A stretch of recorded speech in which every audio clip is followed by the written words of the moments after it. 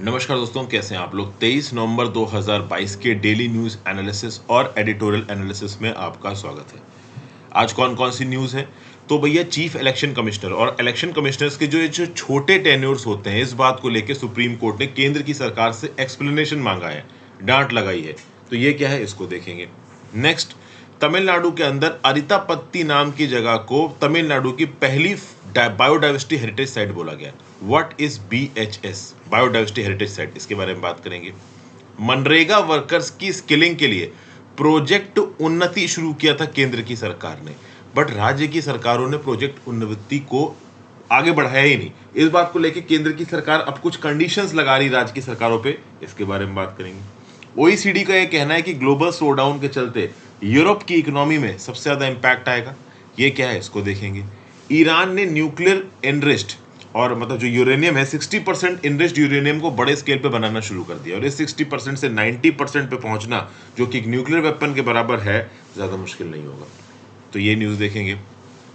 तो एक तो इतनी हो गई आपकी इंपॉर्टेंट न्यूज। एडिटोरियल्स आज काफी सारे हैं।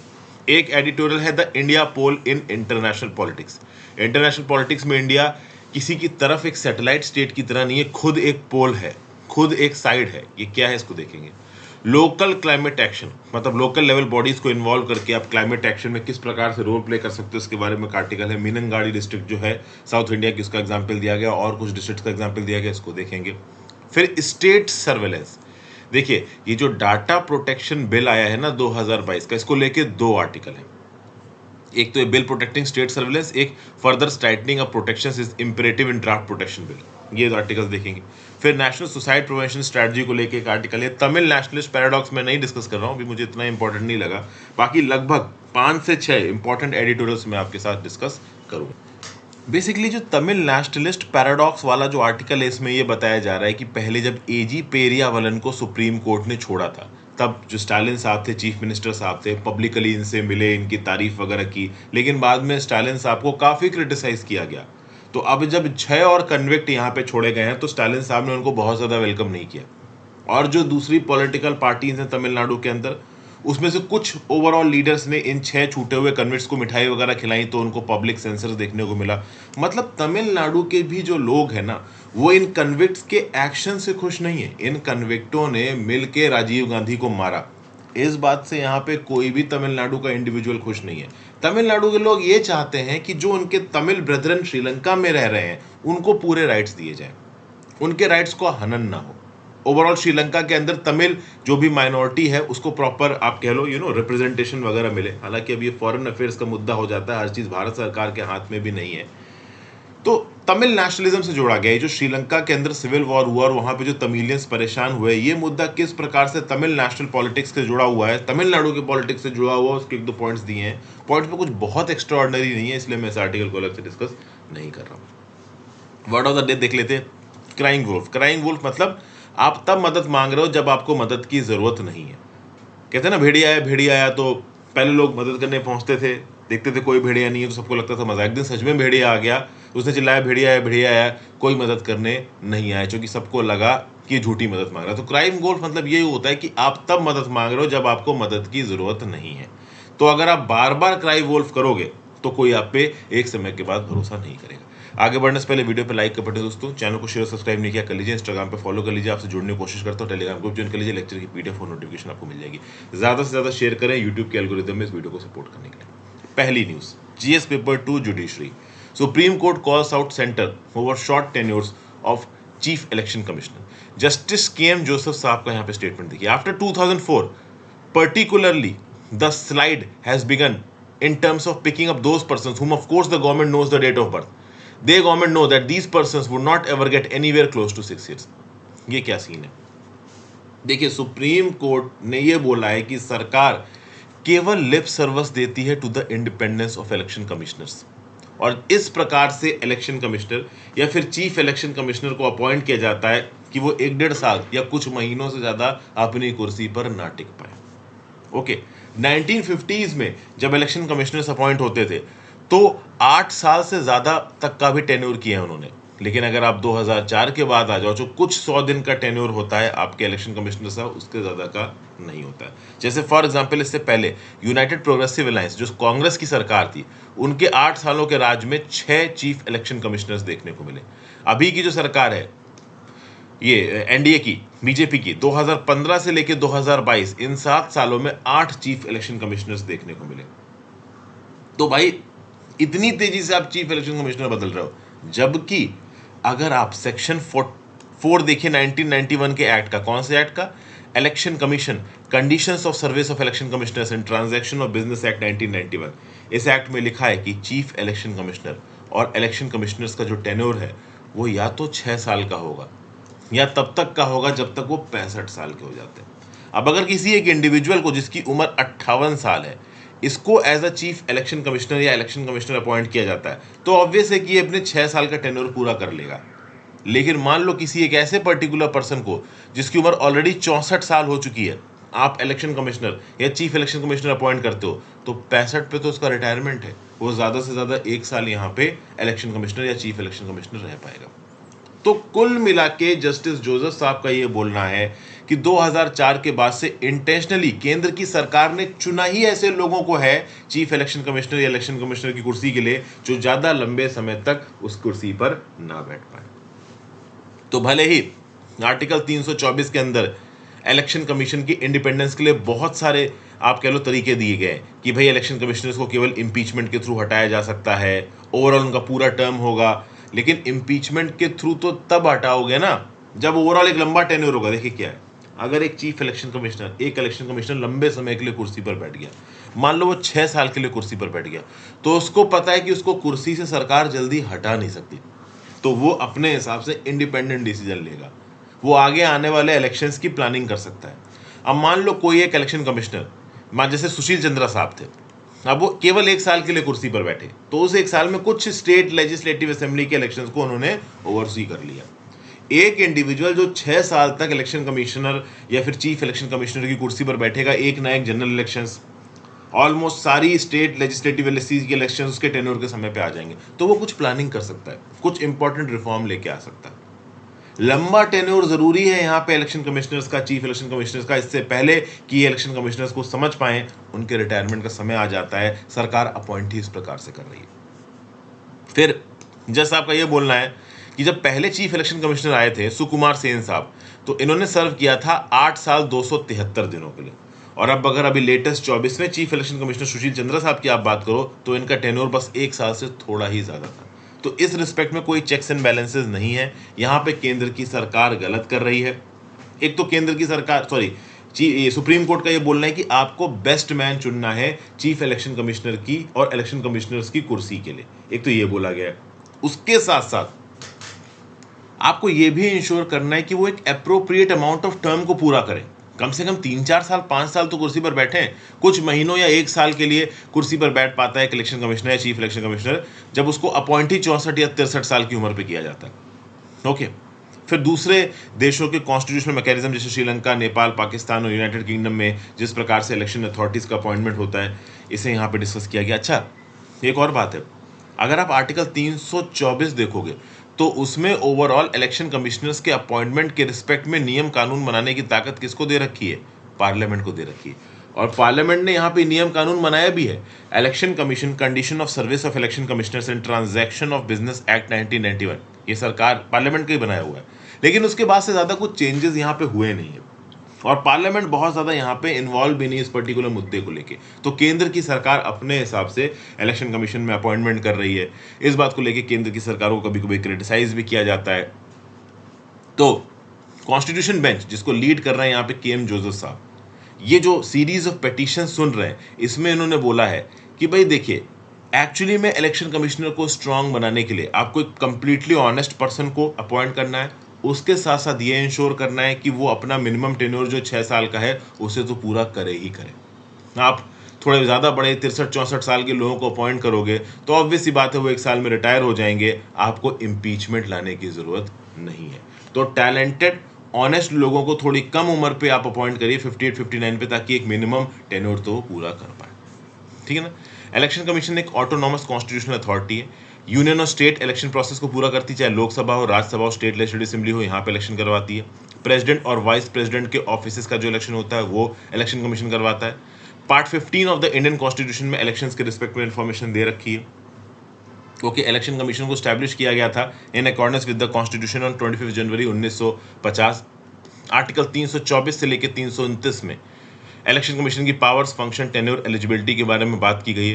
प्रेसिडेंट अपॉइंट करता है चीफ इलेक्शन कमिश्नर और इलेक्शन कमिश्नर्स को। इनका टेन्योर 6 साल का होता है या फिर 65 साल की उम्र तक का होता है। उनको वही स्टेटस, वही सैलरी, वही पक्ष मिलती है जो कि जजेस ऑफ द सुप्रीम कोर्ट को मिलती है।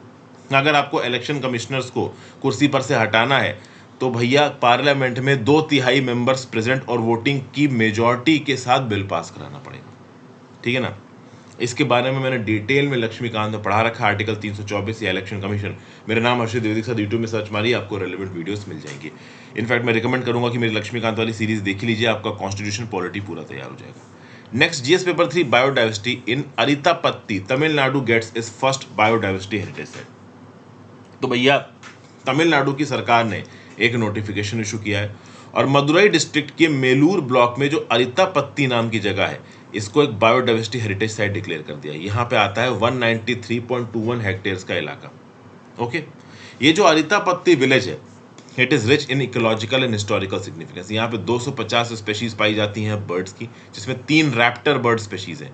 बर्ड्स ऑफ प्रे, जिसमें आपका लैगार फेल्कॉन, शाहीन फेल्कॉन और बोनेली ईगल भी यहाँ पे पाई जाती है। फिर और वाइल्ड लाइफ जैसे Indian pangolin, slender loris, pythons भी इस पर्टिकुलर विलेज में पाए जाते हैं। इस पर्टिकुलर बायोडाइवर्सिटी रिच एरिया में चारों तरफ हिल्स हैं, हिलॉक्स हैं, इंसलबर्ग्स हैं, वाटरशेड बन जाते हैं। 72 लेक्स और 200 नेचुरल स्प्रिंग इस पर्टिकुलर इलाके से निकलती हैं। 3 चेक डैम बनाए गए हैं। एक चेक डैम है अनाईकोंडन टैंक, जो कि पंडियान किंग 16वीं शताब्दी में बनाया गया था। तो हिस्टोरिकल, इन्वायरमेंटल, कल्चरल, हर प्रकार का नॉर्म जुड़ा हुआ है यहाँ पे अरितापत्ती के साथ, इसीलिए इसको स्टेटस दिया गया है बायोडाइवर्सिटी हेरिटेज स्टेटस का। यहाँ पे बहुत सारी तमिल ब्राह्मी इंस्क्रिप्शंस पाई गई हैं, जैन बेड्स पाए गए हैं, बहुत से मेगालिथिक स्ट्रक्चर्स और रॉक कट टेम्पल्स जो कि हिस्टोरिकल पर्सपेक्टिव रखते हैं, वो भी यहाँ पे पाए गए हैं। तो भैया अरितापत्ती को प्रोटेक्ट करना बहुत ज़रूरी है, इसकी बायोडाइवर्सिटी सेफ गार्डेड रहे, इसका कल्चरल और आर्किटेक्चरल हेरिटेज, पास्ट के समय का हिस्ट्री का, वो सेफ गार्डेड रहे। इसीलिए तमिलनाडु बायोडाइवर्सिटी बोर्ड ने डिक्लेयर किया है अरितापत्ती को एक बायोडाइवर्सिटी हेरिटेज साइट। और ये बायोडाइवर्सिटी हेरिटेज साइट डिक्लेयर की गई है as per sections of the biological diversity act 2002। अब बात करते हैं बायोडाइवर्सिटी हेरिटेज साइट्स की। These are well-defined areas that are unique, ecological, fragile ecosystems, terrestrial, coastal and inland waters, and marine, having rich biodiversity comprising of any or one of the more of the following। मतलब biodiversity heritage sites हैं, तो इन biodiversity heritage sites में high endemism है, richness of wild as well as domesticated species है, rare और threatened species भी पाई जाती हैं, की स्टोन स्पेशीज पाई जाती हैं, स्पेशीज ऑफ एवोल्यूशनरी सिग्निफिकेंस पाई जाती हैं, wild ancestors of domestic cultivated species पाई जाती हैं। ठीक है, तो ये सब चीज़ें हैं भाई यहाँ पे ओवरऑल। आगे बात करते हैं स्किल ट्रेनिंग ऑफ मनरेगा workers lack centre blame it on states. GS paper 2 government policies and intervention में न्यूज़ काम आएगी। देखिए मैं बता दूं, सरकार ने एक प्रोग्राम शुरू किया था प्रोजेक्ट उन्नति नाम का, ठीक है ना भाई। अब ये जो पर्टिकुलर प्रोजेक्ट उन्नति प्रोग्राम था, ये ज़्यादा चल नहीं पाया। जब कोविड-19 शुरू हुआ था, उसके लगभग पे प्रोजेक्ट उन्नति नाम का ये जो प्रोजेक्ट था वो केंद्र की सरकार ने शुरू किया था।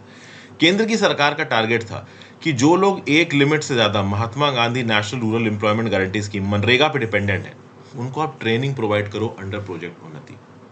तो वो क्या है, टारगेट क्या था? मान लो किसी एक पर्टिकुलर हाउस होल्ड का एक इंडिविजुअल साल में 100 दिन का एम्प्लॉयमेंट ले रहा है मनरेगा के अंदर।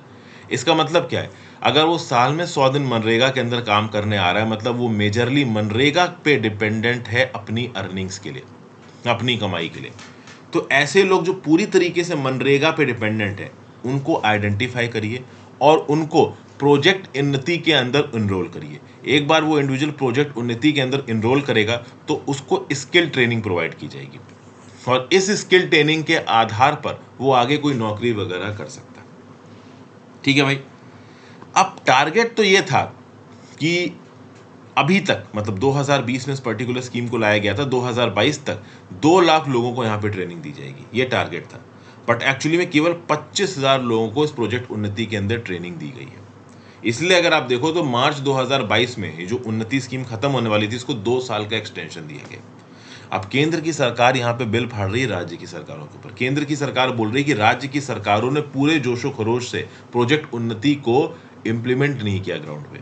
अगर राज्य की सरकारें ग्राउंड लेवल पे प्रोजेक्ट इंप्लीमेंट नहीं करेंगी तो ज्यादा कुछ केंद्र की सरकार कर नहीं पाएगी। केंद्र की सरकार ये बोल रही है कि क्यों लोगों को मनरेगा के ऊपर डिपेंडेंट करना है, क्यों ना हम लोगों को आत्मनिर्भर बना दें, उनको खुद की स्किल ट्रेनिंग दे दें ताकि वो खुद ग्राउंड लेवल पे जाके नौकरी वगैरह ढूंढ सकें, कुछ यूजफुल एम्प्लॉयमेंट ढूंढ सकें।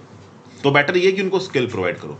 आइडिया तो अच्छा है, लेकिन आइडिया ग्राउंड लेवल पे इंप्लीमेंट करेगा राज्य की सरकार, और राज्य की सरकारों ने इनडिफरेंस दिखाया है उन्नति प्रोजेक्ट की तरफ। इसलिए union minister for rural development Giriraj Singh राज्य की सरकारों के ऊपर इल्जाम लगाते हुए बोल रहे हैं कि चूंकि राज्य की सरकारों ने प्रोजेक्ट उन्नति की तरफ इनडिफरेंस दिखाया है, मतलब राज्य की सरकारें अपने खुद के वर्कर्स के प्रति, उनकी प्रॉब्लम्स के प्रति सजग नहीं है।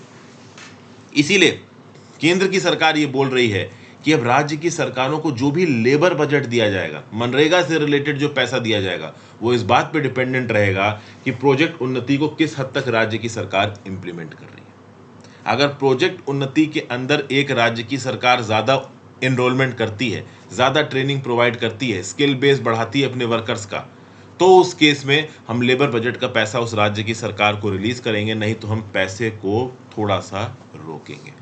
मतलब एम्प्लॉयमेंट गारंटी स्कीम के ऊपर अनस्किल्ड वर्क के ऊपर डिपेंडेंसी कम करना चाहती है केंद्र की सरकार, स्किल्ड वर्क और ओवरऑल एक इंडिविजुअल का टैलेंट बेस बढ़ाना चाहती है ताकि वो इंडिविजुअल खुद ग्राउंड लेवल पे निकल के आत्मनिर्भर हो सके, किसी एक पर्टिकुलर मनरेगा जैसी स्कीम के ऊपर डिपेंडेंट ना रहे।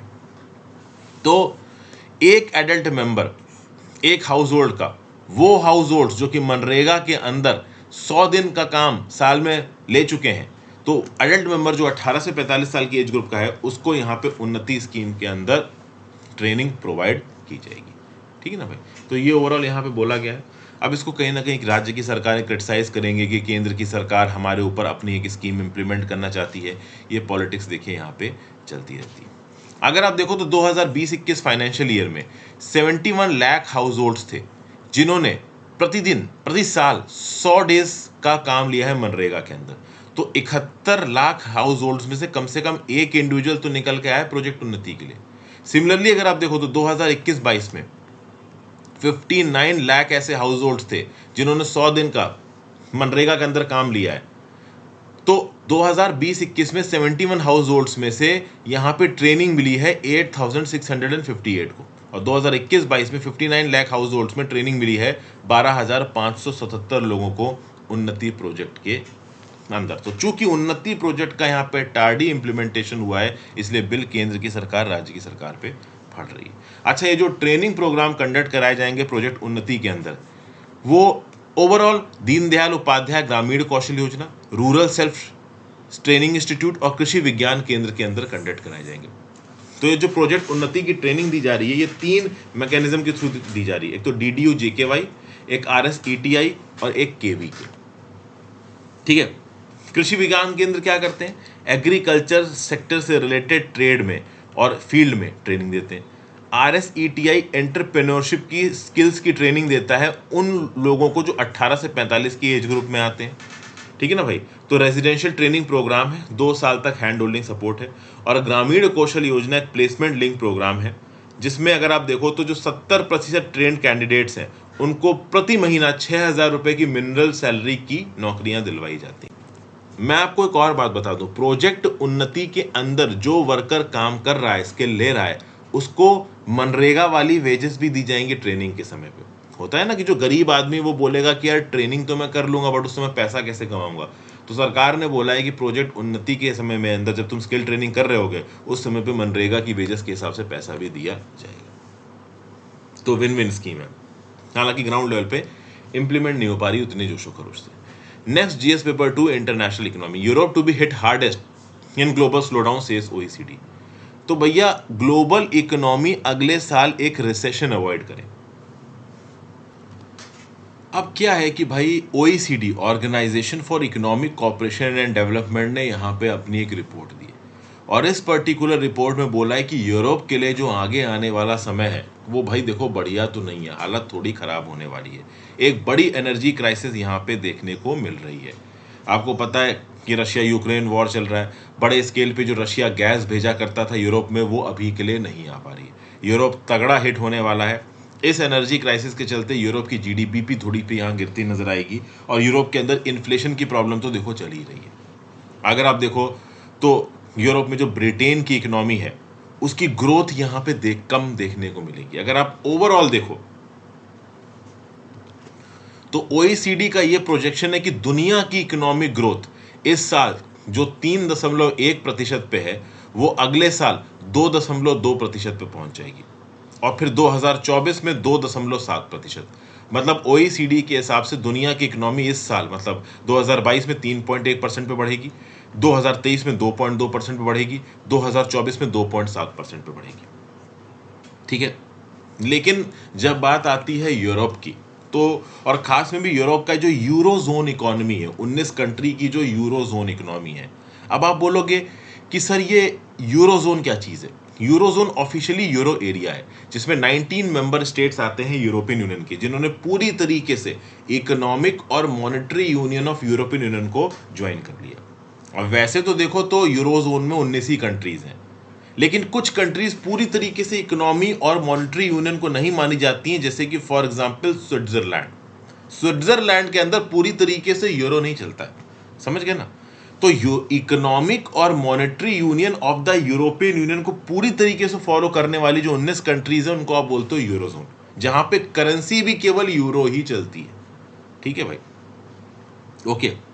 तो इस कंटेक्स्ट में अगर आप देखो तो ये जो 19 कंट्री का यूरोजोन है, उसके बारे में ये बताया जा रहा है कि ये इस साल ओईसीडी के द्वारा 3.3% बढ़ेगा, फिर 2023 में 0.5% बढ़ेगा, और 2024 में 1.4% बढ़ेगा। पहले जो एस्टिमेट्स आए थे सितंबर 2021 में, सॉरी सितंबर 2022 में, वो एस्टिमेट्स बोल रहे थे कि इस साल ग्रोथ होगी 3.1% और 2023 में होगी 0.3%। लेकिन अब जो एस्टिमेट्स आए वो बोल रहे हैं कि 2022 में ग्रोथ 3.3%, 2023 में 0.5%, 2024 में 1.4%। ठीक है भाई। फिर यूरोप की सबसे बड़ी इकोनॉमी जर्मनी। जर्मनी में 0.3% का कॉन्ट्रैक्शन देखने को मिलेगा इकोनॉमी में अगले साल। प्रॉब्लम यह है कि जर्मनी की इकोनॉमी इंडस्ट्री ड्रिवन है, हाई एनर्जी इंटेंसिव इकोनॉमी है, और एनर्जी की कमी पड़ने वाली है जर्मनी को, चूंकि रशिया से एनर्जी इस समय पे जर्मनी में ज़्यादा आ नहीं रही है। ठीक है भाई। फ्रांस की इकोनॉमी की बात करो तो फ्रांस की इकोनॉमी जर्मनी के कंपैरिजन में रशियन गैस और ऑयल पे कम डिपेंडेंट है, लेकिन अगले साल ये 0.6% ग्रो करेगी, ज़्यादा ग्रो नहीं करेगी। इटली की इकोनॉमी केवल 0.2% ग्रो करेगी। ब्रिटेन की इकोनॉमी अगले साल 0.4% नीचे गिरेगी, क्योंकि इंटरेस्ट रेट बढ़ रहे हैं, इन्फ्लेशन बढ़ रहा है, कॉन्फिडेंस कम हो रहा है। तो कहीं ना कहीं यूरोजोन और यूरोपियन यूनियन की ये जो बड़ी बड़ी कंट्रीज है ना, इनके ग्रोथ प्रॉस्पेक्ट्स बहुत हद तक हैम्पर हो रहे हैं। यूएस इकोनॉमी की बात की जाए तो यूएस इकोनॉमी इस साल 2022 में ग्रो करेगी 1.8%, अगले साल 2023 में 0.5%, फिर 2024 में 1%। और चाइना के रिस्पेक्ट में ओईसीडी ने जो एजम्पशंस दिए, इससे आपको पता चल जाएगा कि चाइना के बेसिक मैक्रो इकोनॉमिक फाइनेंशियल्स कितने स्ट्रांग है। चाइना में ज़बरदस्त कोविड लॉकडाउन लगे हैं, चाइना में इकोनॉमिक ग्रोथ इसकी वजह से सफ़र कर रही है, लेकिन उसके बावजूद अगर आप देखो तो इस साल चाइना की इकोनॉमी ग्रो करेगी 3.3%, 2023 में 4.6%, 2024 में 4.1%। तो अपने आप में इतने तगड़े कोविड लॉकडाउन के बाद चाइना की इकोनॉमिक ग्रोथ में कमी हमें देखने को मिल नहीं रही। हालांकि कहीं ना कहीं ओईसीडी कंट्रीज का यह बोलना है कि चूंकि अलग अलग सरकारों ने मॉनेटरी टाइटनिंग की है, तो भाई इन्फ्लेशन थोड़ा कम होता नजर आएगा। जैसे इस साल अगर आप देखो तो इन्फ्लेशन जो यूरोप में 9% था, वो 2024 तक 5.1% पे आ जाएगा। तो बात कर लें ओईसीडी की, तो ये एक इंटर गवर्नमेंटल इकोनॉमिक ऑर्गेनाइजेशन है, इकोनॉमिक प्रोग्रेस और वर्ल्ड ट्रेड को बढ़ाने के लिए। हाई इनकम कंट्रीज जो हाई इनकम इकोनॉमीज हैं वही मेंबर हैं ओईसीडी की, जिनका एक बड़ा तगड़ा ह्यूमन डेवलपमेंट इंडेक्स है। डेवलप्ड कंट्रीज आती हैं इसमें। 1961 में ओईसीडी को बनाया गया था, हेडक्वार्टर्स पेरिस फ्रांस में, टोटल मेंबर्स 26। इंडिया इसका मेंबर नहीं है बट एक की इकोनॉमिक पार्टनर है। कौन कौन सी रिपोर्ट्स पब्लिश की जाती है ओईसीडी के द्वारा? Government at a glance report, international migration outlook, OECD better life index. ठीक है भाई। फिर अगली news, GS paper 2 international relations.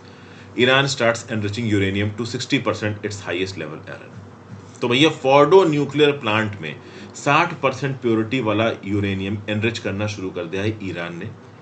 भले ही यूनाइटेड नेशंस का जो न्यूक्लियर वॉच डॉग है IAEA international atomic energy agency पूरी तरीके से आंख गड़ाए बैठा है ईरान के ऊपर, तब भी अपना एनरिचमेंट ईरान बंद नहीं कर रहा है। ऑलरेडी नटांस फैसिलिटी में 60% प्योरिटी वाला यूरेनियम एनरिचमेंट ईरान कर चुका है, फोर्डो फैसिलिटी में भी करना शुरू कर चुका है। और जब 60% एनरिचमेंट वाला यूरेनियम अच्छी खासी क्वांटिटी में होगा ईरान के पास, तो ईरान इतना तो एनरिचमेंट उसको कर ही लेगा कि 90% की एनरिचमेंट वाला यूरेनियम ईरान के पास आ जाएगा, जो कि बहुत इनफ होगा एक न्यूक्लियर वेपन बनाने के लिए, एक एटॉमिक बॉम्ब बनाने के लिए।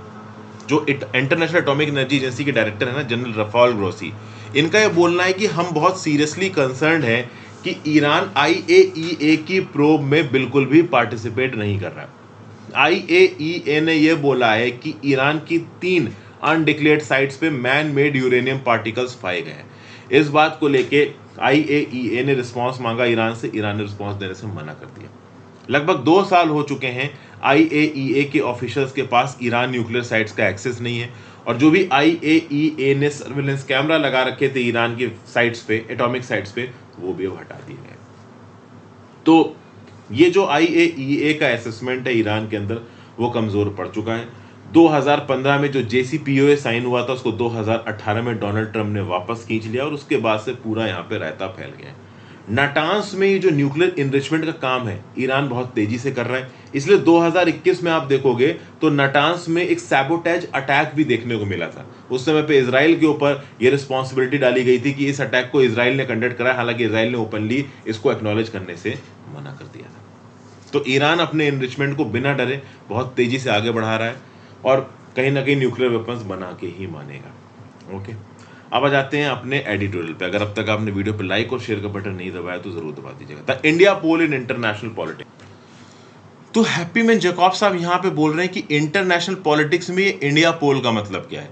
इंटरनेशनल पॉलिटिक्स में इंडिया किसकी तरफ, जैसे कि भाई यूक्रेन वॉर चल रहा है, तो यूक्रेन वॉर में 2 साइड्स नजर आ रही है, एक तो यूएस, एक रशिया। तो इंडिया यूएस के साथ भी इंगेज कर रहा है, इंडिया रशिया के साथ भी इंगेज कर रहा है। तो इंडिया किसकी तरफ है? क्या रशिया की तरफ है? क्या यूएस की तरफ है? अब इस कंटेक्स्ट में अगर आप चाइना से पूछो चाइना किसकी तरफ है, तो चाइना ओवरऑल किसी की तरफ वाला हिसाब नहीं है। चाइना अपने आप में एक तरफ है, समझ गए ना।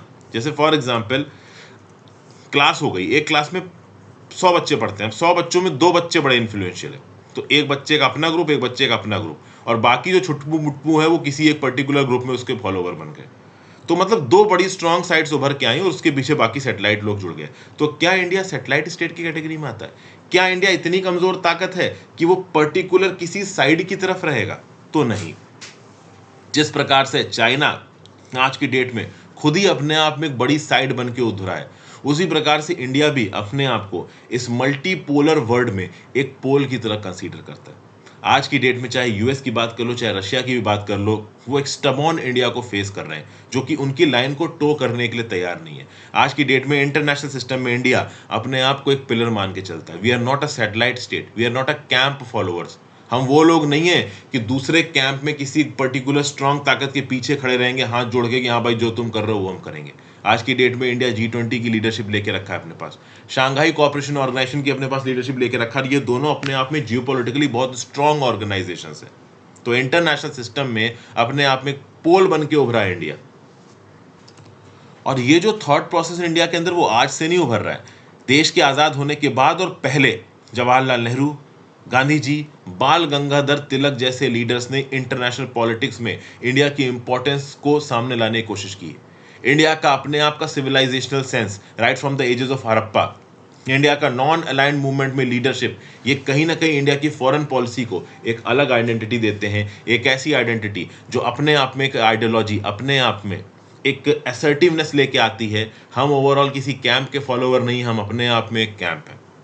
तो ये इंडिया अपने आप को दिखाने की कोशिश करता है। अभी के पॉलिसी मेकर्स भी दिखाने की कोशिश करते हैं। हालांकि कुछ जगहों पे हम लोग डिसएडवांटेज हैं, टेक्नोलॉजी के फील्ड में, इकोनॉमी के फील्ड में कहीं ना कहीं हम अभी उतना एग्रेसिव नहीं हो पाए। जैसे फॉर एग्जांपल चाइना की तरह असर्टिव होना हमारे लिए थोड़ा मुश्किल है, क्योंकि हमारी सप्लाई चेन्स उतनी स्ट्रांग नहीं है, हमारी इकोनॉमी उतनी स्ट्रांग नहीं है, हमारे फॉरेन रिजर्व्स उतने स्ट्रांग नहीं है।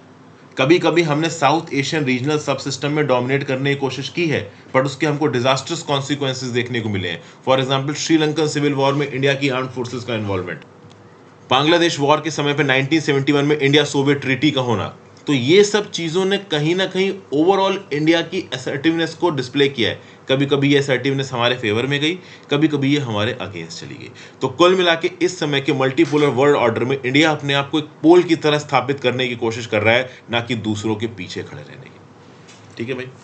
अगली news, think local climate action, think Meenangadi. Rekha Yadav ji जो कि ज्वाइंट सेक्रेटरी हैं मिनिस्ट्री ऑफ पंचायती राज में, उन्होंने इस आर्टिकल को लिखा। क्या बोल रही हैं? Conference of party 26 climate summit Glasgow 2021 में पंचामृत रेजोल्यूशन दिया गया। ओके, इंडिया ओवरऑल कैसे क्लाइमेट एजेंडा को लीड करेगा इसके बारे में बातचीत की गई। अब इन चीजों में रेखा यादव जी इस चीज को पॉइंट आउट कर रही हैं कि जब तक पंचायती राज इंस्टीट्यूशंस पूरे जोशो खरोश के साथ सरकार के एफर्ट्स में इन्वॉल्व नहीं होंगी, तब तक ओवरऑल हम अपने क्लाइमेट एक्शंस को पूरा नहीं कर पाएंगे। जब आप बात करते हो इंटरनेशनल और नेशनल पॉलिसीज की, बड़ी इन्वेस्टमेंट की बात होती है, लेकिन इन इंटरनेशनल और नेशनल पॉलिसीज को सूटेबल लोकल एक्शन प्लान के साथ बैक करना पड़ेगा। जब सूटेबल लोकल एक्शन प्लान रहेगा इंप्लीमेंटेशन के लिए, एनफोर्समेंट के लिए, उसको प्रॉपर तरीके से लोकल गवर्नमेंट्स ग्राउंड लेवल पे इंप्लीमेंट करेंगी, तब जाके हम एक्चुअल में क्लाइमेट चेंज के इफेक्ट्स और कॉजेस को रोक पाएंगे। पंचायत और म्यूनिसिपैलिटीज जो कि लोकल गवर्नमेंट से, उनको एक पाइवोटल रोल प्ले करना पड़ेगा क्लाइमेट चेंज के इफेक्ट्स को टैकल करने के लिए। अगर आप पिछले कुछ डेकेड्स की बात करो तो कई गुना इंक्रीज देखने को मिला है क्लाइमेट रिलेटेड नेशनल डिजास्टर्स में। ओके, रेनफॉल और टेम्परेचर्स में ग्रेटर वेरिएबिलिटी। फिर आप देखो तो इंडिया का जो national action plan on climate change है 2008 का, वो नेशनल और स्टेट लेवल पे बहुत सारे प्रायोरिटी एरियाज की बात करता है। इस समय पे क्लाइमेट चेंज के एरेना में रेजिलियंट कम्युनिटीज को बनाना, कार्बन न्यूट्रलिटी प्रोजेक्ट्स को ग्राउंड लेवल पे इंप्लीमेंट करना। अब यहाँ पे सबसे इंपॉर्टेंट एग्जाम्पल को समझने की कोशिश करते हैं।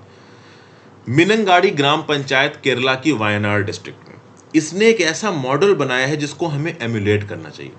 2016 में मिनंगाड़ी ग्राम पंचायत ने एक प्रोजेक्ट चलाया, carbon neutral मिनंगाड़ी।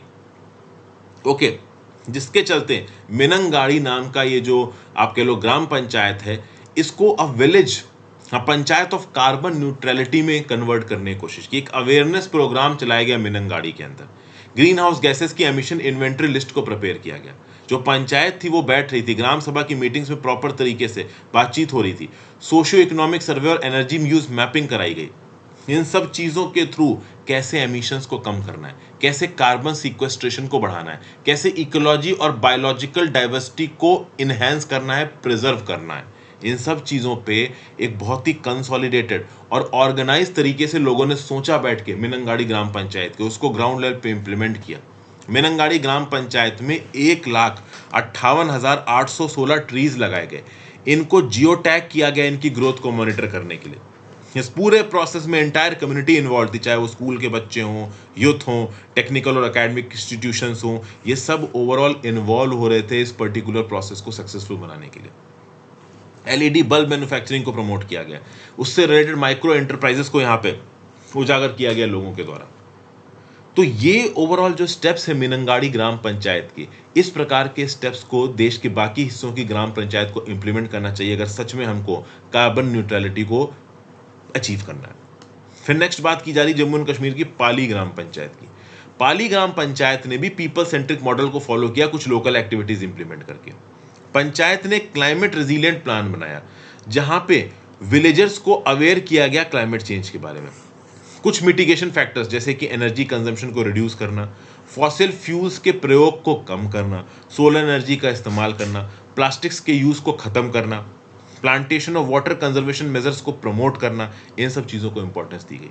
Biogas plant, solar plants लगाए गए। एक सोलर प्लांट लगाया गया पाली ग्राम पंचायत ने जो कि 340 हाउस होल्ड्स को बिजली प्रोवाइड करता है। एक ग्राम पंचायत डेवलपमेंट प्लान चलाया गया 2022-23 का, जिसमें क्लाइमेट रेजिलियंसी पे फोकस दिया गया। उसी प्रकार से सेचेवाल ग्राम पंचायत में काली बेन रिवर को रिज्यूविनेट किया गया। तमिलनाडु की ओदानथुरई पंचायत ने अपनी खुद की विंड मिल लगा रखी 350 किलोवाट की। जो तीकेकरवाड़ी ग्राम पंचायत है महाराष्ट्र में, ये बहुत ही एक्सटेंसिव तरीके से बायोगैस प्लांट्स को चलाते हैं ग्रीन एनर्जी प्रोडक्शन के लिए। केरला के अंदर जो छप्पर पौदावू ग्राम पंचायत है, इसने बहुत सारे ग्रीन आइलैंड बना रखे हैं जिसको कम्युनिटी नर्चर करती है।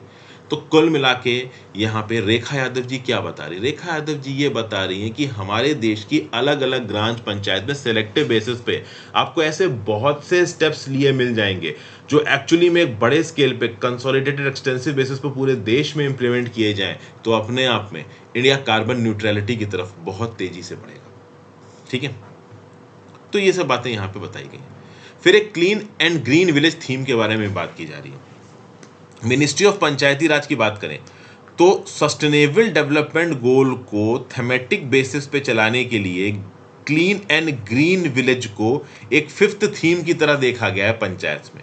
तो बेसिकली पंचायत को लगातार ministry of Panchayati Raj natural resource management, biodiversity production, waste management और एफॉरेस्टेशन एक्टिविटीज से रिलेटेड न्यूज और अवेयरनेस देती रहती है under the overall theme of clean and green village.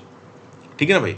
Latest data के हिसाब से 1,09,135 ग्राम पंचायत इंडिया ने क्लीन और ग्रीन विलेज के थीम को ग्राउंड लेवल पे इंप्लीमेंट करने की कोशिश की है 2022-23 में। बेस्ट प्रैक्टिसेस को अडॉप्ट किया है। ओवरऑल इसके अंदर जो प्रोविजंस हैं, जो एक्शन प्लान्स हैं, उनके वाइडर डिसेमिनेशन की बात की है। ग्राउंड लेवल पे जो पंचा है, सरपंच हैं, इसको इंप्लीमेंट करने की कोशिश कर रहे हैं। वो किस हद तक कर पाएंगे वो देखिए, एक अलग बात। ठीक है, तो आज के समय पे रैपिड टेक्नोलॉजिकल एडवांसमेंट हो रहे हैं, डिजिटल ट्रांसफॉर्मेशन हो रही है। देश में कई जगहों पे जो इंडिया की रूरल लोकल बॉडीज हैं वो धीरे धीरे अपने आप को स्ट्रांग कर रही हैं और जो ग्लोबल टारगेट है कार्बन न्यूट्रलिटी का, उसको पूरा करने की कोशिश कर रही है। सक्सेसफुल तब हो जाएगा जब हमारी देश की हर ग्राम पंचायत पूरी तरीके से कोशिश करेगी क्लाइमेट न्यूट्रलिटी, कार्बन न्यूट्रलिटी की तरफ बढ़ने की। फिर आ जाते हैं the bill protecting state surveillance. Anushka Jain साहब और कृष्णेश बापा साहब ने इस पर्टिकुलर आर्टिकल को लिखा है। बेसिकली 2 आर्टिकल इसमें निपट जाएंगे। एक तो ये वाला आर्टिकल है और इसके बाद एंड में एक और आर्टिकल है, further tightening of protection is an imperative in the draft.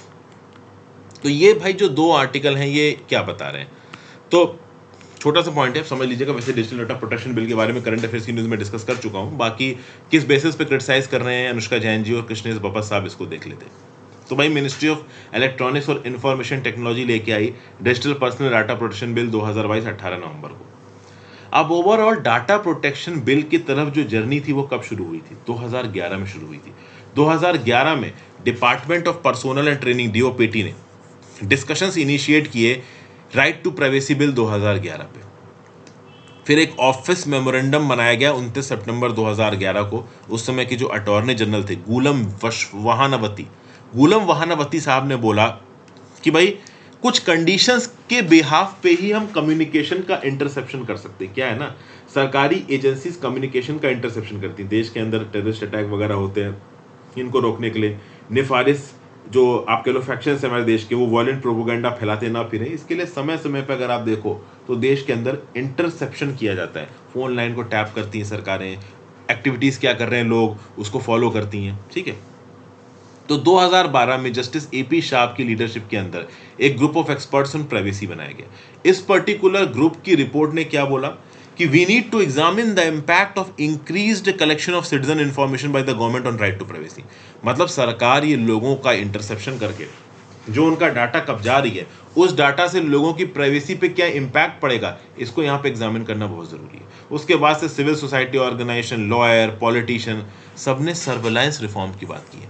मतलब सरकार जिस प्रकार से लोगों की एक्टिविटीज को मॉनिटर करती है, उनके कॉल रिकॉर्ड्स को इंटरसेप्ट करती है, उनकी पर्सनल मूवमेंट्स को इंटरसेप्ट करती है, इसको मॉनिटर करने की जरूरत है। तभी लोगों के पर्सनल डाटा को हम प्रोटेक्ट कर पाएंगे, इंडिया को सर्वेलेंस सोसाइटी बनने से रोक पाएंगे। अब इंडिया का सर्वेलेंस आर्किटेक्चर किन सेक्शंस के बिहाफ पे फलता फूलता है, मतलब सरकार को किन सेक्शंस के तहत ताकत मिली हुई है सर्वेलेंस करने की। तो एक तो है section 5 clause 2 of the Indian telegraph act 1885, दूसरा section 69 of the information technology act 2000। In 2 sections के अंदर ओवरऑल सरकार सर्वेलेंस करती है। हालांकि सर्वेलेंस किस बिहाफ पे किया जाएगा, कौन से ग्राउंड्स के बेसिस पे किया जाएगा, ये बहुत क्लैरिटी में इन जगहों पे लिखा नहीं हुआ है। तो इसके चलते जो भी सर्वेलेंस होता है उसमें एक lack of accountability of the executive वाला क्लॉज आ जाता है। ओके, पॉलिटिकल सर्वेलेंस में ट्रांसपेरेंसी की यहां पे डिमांड की जा रही है और अक्सर कर जो टेलीकॉम कंपनीज हैं उनकी रिपोर्ट से, जैसे कि फॉर एग्जांपल अभी रिसेंटली ही एयरटेल ने टेलीकम्युनिकेशन डिपार्टमेंट को यह बोला कि भाई देखिए बहुत ज्यादा एक्सेसिव डाटा कलेक्शन रिक्वेस्ट आ रही है। मतलब ओवरऑल एयरटेल ये बोल रही है कि टेलीकम्युनिकेशन डिपार्टमेंट बहुत ज्यादा डाटा कलेक्शन की रिक्वेस्ट भेजता है। तो कई बार तो ओवरऑल ये जो पर्टिकुलर ऑर्गेनाइजेशन है वो ये लॉ एनफोर्समेंट एजेंसी को बोलते हैं कि ठीक है भाई, जो आप हमसे डाटा मांग रहे हो हम आपको दे देंगे, इस डाटा को कलेक्ट करने की जो कॉस्ट है वो आप हमको पे करो। तो मान लो सरकार की कोई एजेंसी जैसे सेंट्रल ब्यूरो ऑफ इन्वेस्टिगेशन हो गई, वो एयरटेल को बोलती है कि भाई इस इंडिविजुअल के कॉल रिकॉर्ड्स चाहिए मुझे, तो उस कॉल रिकॉर्ड्स को निकालने में खर्चा लगेगा। वैसे 1000, 2000, 5000, 10,000 इंडिविजुअल्स का कॉल रिकॉर्ड दे दिया और बोला इसको निकालो, तो एयरटेल कंपनी का भी तो खर्चा हो रहा है ना। तो एयरटेल कंपनी कह रही है कि भाई ये खर्चा आप हमारे साथ शेयर करो, आप इतने बड़े स्केल पे सर्वेलेंस कर रहे हो, सिटीजन डाटा को इकट्ठा कर रहे हो, तो हमारी तो कॉस्ट बढ़ रही है, हमारे साथ खर्चा शेयर करो। बट खर्चे के ज्यादा इंपॉर्टेंट क्या है कि जो आउटराइट सर्वेलेंस हो रहा है, सिटीजन डाटा का कलेक्शन और प्रोसेसिंग हो रहा है, डिजिटल गवर्नेंस हो रही है, इसमें सरकार की क्या अकाउंटेबिलिटी है, सरकार किस प्रकार से इस सर्वेलेंस आर्किटेक्चर को इस्तेमाल कर रहा है, सरकार के ऊपर क्या चेक्स एंड बैलेंसेस। क्योंकि जब सरकार किसी भी पर्टिकुलर इंडिविजुअल का डाटा इकट्ठा कर रहा है तो उसको इकट्ठा करने की क्या अथॉरिटी है सरकार के पास।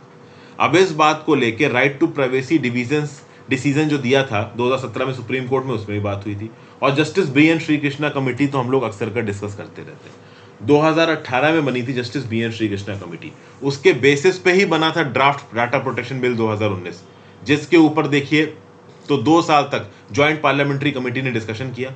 फाइनली डाटा प्रोटेक्शन बिल 2021 बन के हमारे सामने आया। अब जब पास होने की स्टेज पे पहुंचा तो सरकार ने उसको वापस खींच लिया और एक नया ड्राफ्ट प्रोटेक्शन बिल 2022 का सरकार लेके आई। अब खास बात दोस्तों, यहाँ पे प्रॉब्लम क्या है अभी के डाटा प्रोटेक्शन बिल में।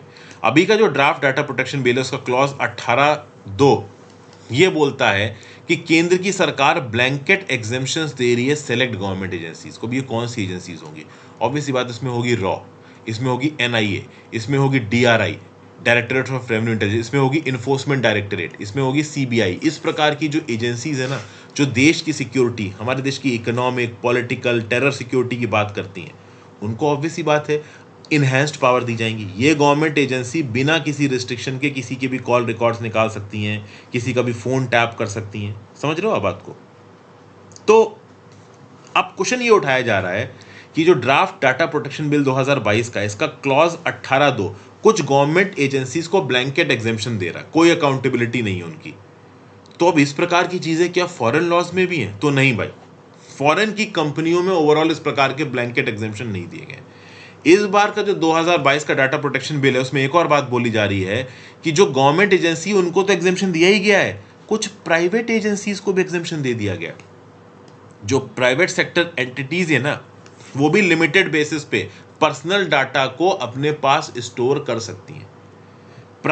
अच्छा, एक और बात यहां पे दी गई है कि भाई प्राइवेट एजेंसीज को एसेंट लेनी पड़ेगी एक पर्टिकुलर इंडिविजुअल से कि हम आपका प्राइवेट डाटा यूज कर सकते हैं कि नहीं, और अगर ये एसेंट विड्रॉ कर लेता है मेरे आपके जैसा इंडिविजुअल तो प्राइवेट कंपनीज को इस डाटा को डिलीट करना है। लेकिन in the very first case आप किसी भी पर्सनल डाटा को प्राइवेट कंपनी के पास जाने क्यों दे रहे हो? जो 2021 का फाइनल ड्राफ्ट प्रोटेक्शन बिल तैयार हुआ था 2 साल की बहस के बाद ज्वाइंट पार्लियामेंट्री कमेटी में, उसमें साफ साफ लिखा था कि पर्सनल डाटा जो कि सिर्फ किसी पर्टिकुलर पेमेंट या प्रोसेस की प्रोसेसिंग के लिए जरूरी है उतना ही आपको सेव करना है। समझ के बात को? जैसे फॉर एग्जांपल गूगल पे गए, आपने कोई चीज खरीदी, पेमेंट की, और उसके मतलब खरीदी और पेमेंट की उसकी, तो आपने क्या खरीदा और जो आपने पेमेंट की, इस केस में आपने एक ऑर्डर प्लेस किया था, इस चीज को ऑर्डर प्लेस किया था, इतना डाटा आपने स्टोर कर लिया, बहुत है। अब इस डाटा को स्टोर किया, लंबे समय तक स्टोर किया, ऐसे बहुत सारे हजारों लाखों इंडिविजुअल का एक डाटाबेस बनाया, उसकी डाटा एनालिसिस की, और इससे गूगल पे कंपनी ने फॉरेन ब्रांड्स को इंफॉर्मेशन प्रोवाइड की कि इंडिया में इन प्रोडक्ट्स का तगड़ा मार्केट है, ये बेच लो। तो इससे क्या हुआ? इससे ओवरऑल अगर आप देखो तो इंडियन यूजर्स के डाटाबेस को अपने कॉमर्शियल पर्पसेस के लिए इस्तेमाल किया एक फॉरेन कंपनी ने। ये डाटा स्टोरेज सरकार अपने नियम कानूनों से रोक सकती थी, लेकिन सरकार ने रोका नहीं है। अब अगर आप यूरोपियन यूनियन और यूएस की बात करो तो नो डाउट वहां की भी जो इंटेलिजेंस एजेंसीज हैं उनको on a case to case basis exemption दिया गया है कि हाँ भाई ठीक है, केस टू केस बेसिस पे आप पर्सनल डाटा कलेक्ट कर सकते हो। लेकिन किसी भी गवर्नमेंट एंटिटी को blanket exemption power foreign countries, European union, EU में नहीं मिली है डाटा कलेक्ट करने की। इनफैक्ट यूनाइटेड किंगडम में तो एक इन्वेस्टिगेटरी पावर्स ट्राइब्यूनल है जो कि miss use of surveillance power से रिलेटेड केसेस को सुन सकता है और ओवरऑल अथॉरिटी सरकार के ऊपर भी पेनल्टी इंपोज कर सकता है।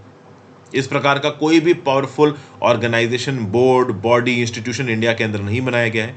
इंडिया के अंदर डाटा प्रोटेक्शन बोर्ड जरूर बनाया गया है, लेकिन ये डाटा प्रोटेक्शन बोर्ड किस हद तक रिस्पॉन्सिबल करेगा अलग अलग डाटा फिड्यूशरीज को, ये अपने आप में बड़ी बात है। ठीक है ना। अब यहाँ पे दो नाम आपको सुनने को मिलेंगे, एक तो डाटा प्रिंसिपल, एक है डाटा फिड्यूशरी। डाटा प्रिंसिपल हम लोग हैं जिनका डाटा कलेक्ट किया जा रहा है, डाटा फिड्यूशरी वो पर्टिकुलर कंपनी है जो डाटा कलेक्ट कर रही है।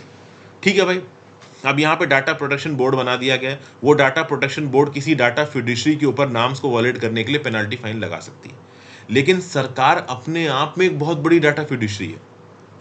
तो अगर सरकार यहाँ पे ओवरऑल डाटा प्रोटेक्शन बिल 2022 के प्रोविजंस को वॉयलेट करती है, बहुत सारे तो एग्जेम्पशन दे दिए हैं, उसके बाद भी प्रोविजंस को वॉयलेट करती है, तो किस हद तक ये डाटा प्रोटेक्शन बोर्ड सरकार को अकाउंटेबल कर पाएगा, ये भी अपने आप में एक बहुत बड़ा सवाल है। तो कुल मिला के डाटा प्रोटेक्शन बिल 2022 को क्रिटिसाइज कर रहे हैं यहाँ पे ऑथर। उसके साथ ऑथर ये भी पॉइंट आउट कर रहे हैं कि रिसेंटली लाया गया है क्रिमिनल प्रोसीजर आइडेंटिफिकेशन एक्ट 2022, जो कि 75 साल तक क्रिमिनल्स के बायोमेट्रिक डाटा को कलेक्ट करने की बात करता है, स्टोर करने की बात करता है। तो ये जो पर्टिकुलर लॉ है, ये लॉ पूरी तरीके से डाटा प्रोटेक्शन के नेचुरल प्रिंसिपल्स के अगेंस्ट जाता है। तो जो हमारा डाटा प्रोटेक्शन बिल आया 2022 का, वो इस प्रकार के लॉज के जो इलीगल प्रोविजंस हैं उनको न्यूट्रलाइज नहीं करता है। तो बहुत ही क्लियर तरीके से यहाँ पे ऑथर इस पर्टिकुलर डाटा प्रोटेक्शन बिल को क्रिटिसाइज कर रहा है, और कुछ ऐसी ही बातें ओवरऑल यहाँ पे भी बताई गई हैं। यहाँ पे चेंजेस बताए गए हैं 2018 के ड्राफ्ट में और 2022 के ड्राफ्ट में।